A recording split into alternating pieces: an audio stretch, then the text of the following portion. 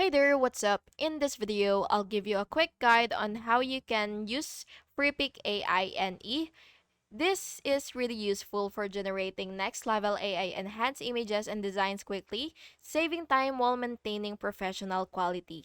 So once you've logged into your account, what you will have to do is you will navigate to the AI NE module, which is a neural enhancement. So you do have to make sure that it is available for you so that you will be able to actually do this.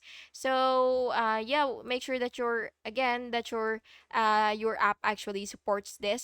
So once you see the NE module, you will just have to click that, and after you click that, you will just have to upload the image or design that you wanna enhance. So yeah, that's basically just it, and you could select the enhancement type, which is the details, the style, the color correction, or creative AI filters if it is available for you, the feature that is.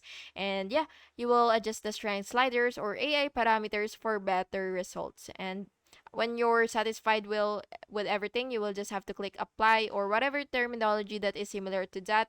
And then yeah, the image will be processed, and that's basically just it. I hope you found this video helpful. And if you did, please make sure to like and subscribe for more videos like this. Thank you and have an awesome day.